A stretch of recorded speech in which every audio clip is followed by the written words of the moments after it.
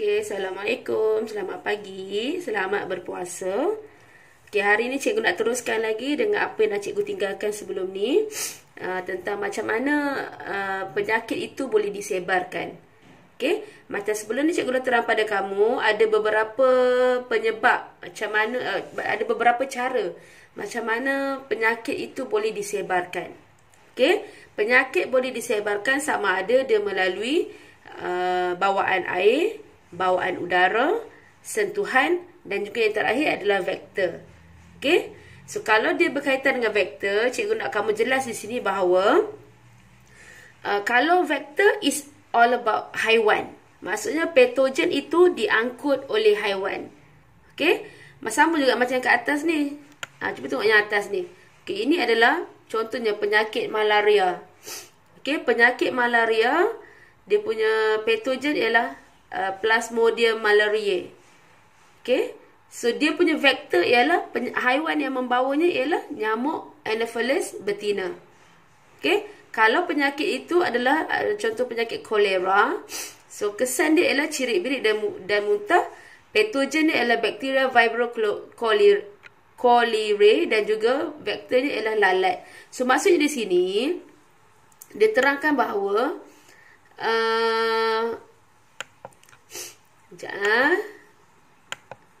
Okey, dia terangkan bahawa bila dia berkaitan dengan vektor, cikgu nak kamu jelas dia mesti berkaitan dengan haiwan. Okey, so tak ada benda lain dah, dia mesti berkaitan dengan haiwan saja. Vektor is all about haiwan. Maksudnya patogen itu diangkut oleh haiwan.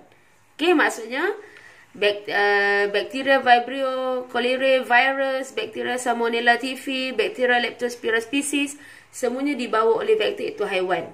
Okey, hari ni cikgu nak kita kaji macam mana penyakit itu disebarkan melalui nyamuk dan juga lalat. Okey, so nyamuk dan lalat ialah vektor. So apa yang diangkut? Dia mengangkut patogen. Patogen ialah bahan yang boleh mengakibatkan penyakit. So tengok macam mana nyamuk ni boleh menyebarkan penyakit. Yang pertama, nyamuk yang telah mempunyai patogen. So patogen ini duduk di dalam nyamuk. Okey, berada di dalam kelenjar air liur, menghisap darah orang yang belum dijangkiti. Maksudnya contoh, seekor nyamuk A dia gigit badan Adnan. Okey, nyamuk betina A menghisap darah Adnan. Dalam masa yang sama, pada nyamuk A tadi, dia dah ada patogen. Okey, kemudian patogen itu tadi akan masuk ke dalam badan Adnan melalui kelenjar air liurnya. Kenapa kena ada air liur pada nyamuk tersebut? Tujuannya adalah untuk mencegah pembekuan darah. So ini fungsi dia. Okey, nyamuk A gigit badan Adnan. Nyamuk tersebut mempunyai patogen. Jadi patogen itu dipindahkan daripada nyamuk A kepada badan Adnan. So itu step yang pertama. Okey, step yang kedua, apabila ada nyamuk lain iaitu nyamuk B, okey, dia pergi hinggap badan Adnan. Lepas tu menyebabkan nyamuk B tak ada patogen, tapi nyamuk B ni hinggap badan Adnan, dia hisap darah Adnan, menyebabkan darah Adnan yang dah ada patogen tadi tu akan melekat dan masuk pada nyamuk B. Kemudian nyamuk B pergi gigit mangsa dan menyebarkan jangkitan kepada mangsa lain pula. Faham tak? Maksudnya daripada satu individu Adnan, nyamuk A hinggap, so dia pindahkan patogen ke dalam badan Adnan. Lepas tu nyamuk B datang hinggap kat badan Adnan, dia hisap darah Adnan, dia sedut patogen sekali, kemudian dia pergi gigit pula badan Azim. Menyebabkan patogen yang daripada badan Adnan tadi dipindahkan kepada badan Azim. So itu cara jangkitan macam mana vektor itu dapat pindahkan patogen. Okay, so itu yang pertama untuk nyamuk. Yang kedua ialah lalat. Macam mana lalat ini menyebabkan berlakunya penyakit? Okay, macam cikgu dah terangkan sebelum ni, lalat ini penyakit yang dia boleh bawa ialah apa? Ni, kolera. Kolera ataupun taun.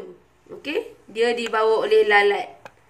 Okey, so kalau lalat itu mempunyai patogen, so mari kita tengok apa jadi. Lalat hinggap di atas kotoran yang mempunyai patogen. Kemudian dia melekat kat badan dia. Kemudian apa jadi? Lalat tu pergi hinggap pada makanan yang kita nak makan. Okey, so apa jadi? Patogen itu yang melekat dekat badan lalat tadi akan dipindahkan kepada makanan tu. Dan apa kita buat? Kita pula makanlah makanan tersebut. Menyebabkan patogen yang datang daripada tong sampah tadi akan sampai kepada makanan kita makan. So patogen akan masuk dalam badan kita. Okay? So patogen akan memasuki badan seseorang yang makan makanan yang tercemar. Okay? So ini adalah macam mana lalat dapat menyebarkan penyakit. So sebab tu kita cakap kalau makanan yang dihidangkan perlu ditutup untuk mengelakkan daripada patogen daripada lalat dia transfer kepada makanan dan kita makan makanan yang tidak elok, yang tidak bersih. Okey, so ini adalah cara macam mana patogen itu disebarkan.